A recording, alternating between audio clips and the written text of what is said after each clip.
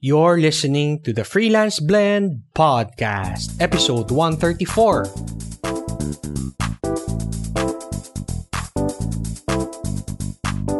Welcome to the Freelance Blend Podcast, where we entertain, educate and engage freelancers from the Philippines and across the globe. And now, here's your host, Marv De Leon. Hello everyone and welcome to Freelance Blend Podcast. This is your host, Marv De Leon. This is episode number 134. And most likely when you're listening to this is patapos na ang summer. But by the time, now that I'm recording this, as of this time, medyo mainit-init pa. And I hope na mag-time travel ako in the future sa rainy season na June para mawala na tong warm and very humid feeling na nararamdaman ko. It's about, sabi nila, 41 degrees today. So, wow, very hot and medyo pinapawisan na tayo. Pero it's okay, of course. Kung hot ang panahon, hot din ang ating mga questions na sinasagot from you guys. So, this is the third straight Ask Marv session that I'll be answering your biggest questions about freelancing and online business. So, we'll go straight to the question. Medyo maganda tong question na to and I think this is the only question that we'll have for this episode. So, it really depends. But, sige, let me read that. So, again, this comes from an anonymous person. So, ang question na, if you're going to start with a freelancing platform like Upwork, when is it advisable to consider reaching out to prospect clients on your own, outside of those platforms to advance your freelancing career? When is it too early and when is it kind of long overdue? Very good question and I'm very thankful na tinanong mo to. So, again, when is it advisable to consider reaching out to prospect clients on your own, outside of those platforms to advance your freelancing career? Ang sagot ko dyan, now. Bakit? Kasi, well, for me personally, I don't work exclusively on Upwork. Almost all of my clients are come from outside Upwork. But yung isang current big client ko came from another freelancing platform like onlinejobs.ph. Well, actually, yun siya talaga, onlinejobs.ph. Well, siguro, in terms of, kasi yung question mo, when do you start reaching out outside Upwork? So, ang nangyari kasi, with onlinejobs.ph, I just left my profile there. I made sure na nandun yung profile ko and maganda yung pagkasulat ko ng aking description. And from time to time, people will reach out to you. Kasi in onlinejobs.ph naman, hindi masyadong strict na you have to work inside the platform. Not like Upwork. So sa online jobs, they encourage you to talagang mag-work kayo outside the platform. And that's what people do, yung mga clients. And ang kabaliktaran kasi nito with Upwork sa onlinejobs.ph, ang freelancer doesn't pay anything. Si client pays a monthly subscription to be able to access yung mga Pinoy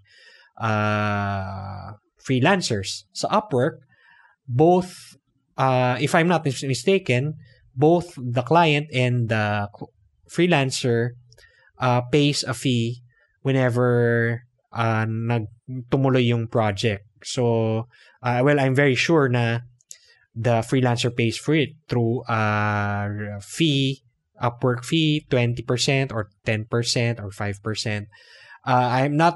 I think pati si client pays a certain amount to be able to access Upwork. So, yun nga, for onlinejobs.ph, talagang mag-reach out sa'yo sila outside the platform after finding you in the platform. And I think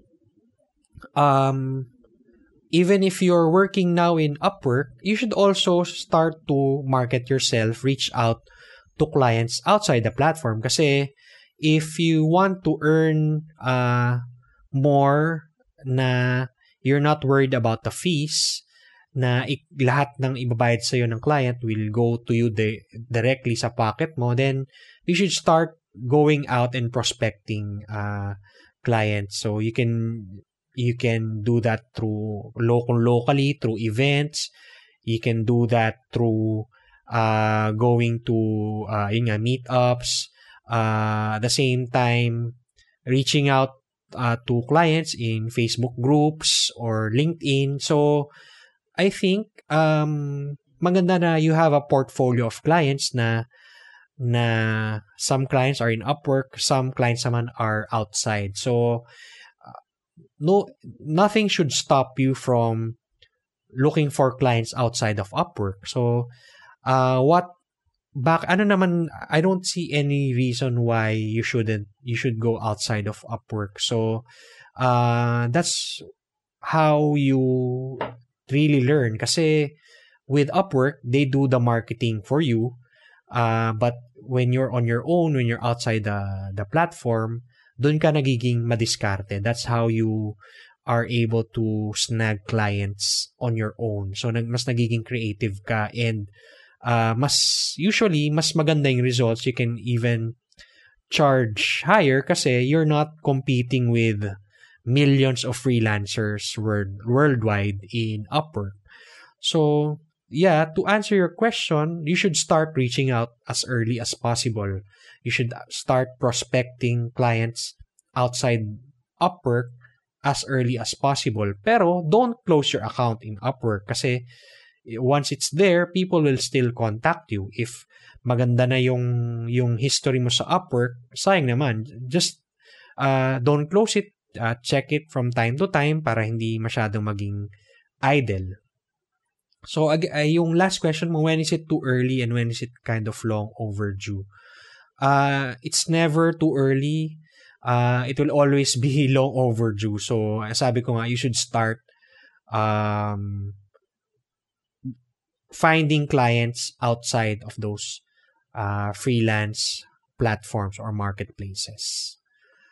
Okay, so we answered that first very insightful question, and again, thank you for that. Siguro I'll answer one more question. I will ask you, what is the future in this kind of business, say 10 or to 20 years from now? I really think the future of freelancing is very bright. When I first learned about freelancing 3 years ago, hindi pa ganun ka sikat, hindi pa ganun ka pinag-uusapan ang working online. Parang I attended this freelance camp. Well, marami nag-attend doon, pero parang kami-kami lang ang may alam about freelancing.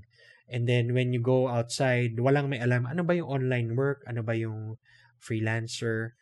Until the past few years na as dumadami na yung mga Facebook groups na mga freelancers, kumakalat na rin yung word of mouth about freelancing. And doon na I think nag-boom ang freelancing sa Philippines, na I think we are about 1.5 million freelancers unofficially, kasi meron ding mga freelancers. Yung number na 1.5 million is from the freelance marketplaces. Ayun yung count nila. But there are Filipino freelancers na sabi nga natin who are working outside the platform, and hindi nabibilang yon. So maybe around 1.5 million freelancers out of our 100 million population. So there's still a lot to grow. Ang population ng OFWs natin, if I'm not mistaken, 10 million Pinoy. So what if yung mga OFWs natin discover freelancing. They don't need to work abroad. Pwede na sila umuwi. And if we make them into freelancers, then we have 10 million freelancers. So, ang laki pa ng potential. So, from 1 million to 10. So, times 10.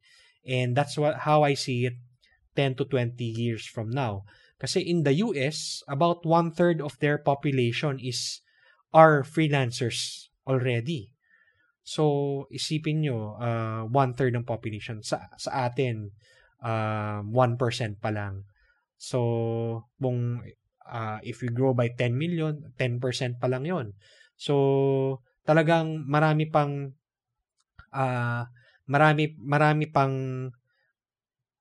time for us to really grow and to become a freelancer. And another test or litmus test na alam ko na nagiging popular na ang working online is isang beses I was in a coffee shop, tapos na may times na alam mo yun, pag mag-isa ka, minsan napapakinggan natin yung pinag-uusapan ng katabi natin. So, wag niyo akong tawaging chismoso. Hindi ako chismoso. Talagang medyo malakas lang yung boses nila. Saka medyo malakas lang yung hearing ko, yung pakinig ko. And napag-usapan nila, nagulat ako kasi I've never heard anyone na talk about online jobs, working as a freelancer, in my many times na pupunta sa coffee shop.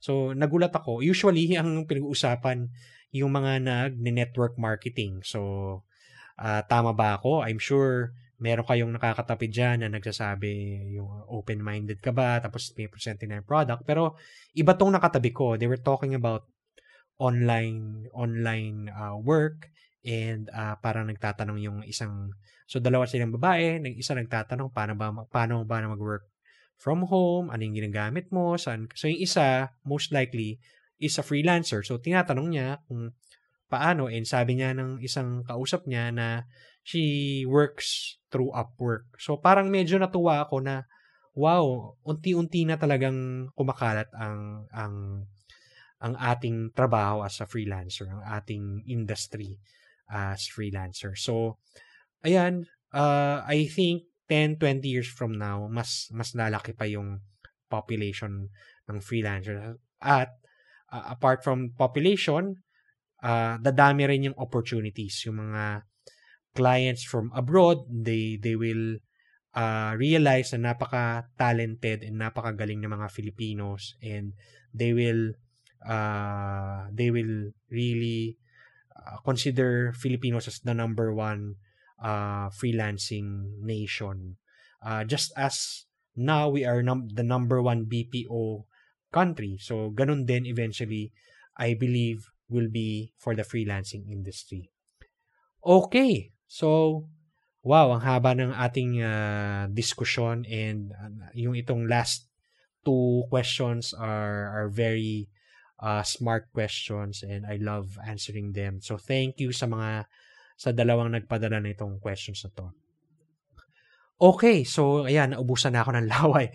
Thank you everyone for listening. I really appreciate it, and thank you for continuing to support us. As I mentioned 2 episodes ago na we were featured in entrepreneur.com as one of the top 28 marketing podcasts in the world, and I'm so happy, and I wouldn't have done it without your support. Kung hindi kayo nakikinig ngayon, if you're not downloading this episode, siguro matagal na ako nag-quit, but because of that single click of download this Freelance Blend podcast episode, it really helps, and it adds to the number of downloads, and it makes the podcast visible in iTunes for everyone to see and to share.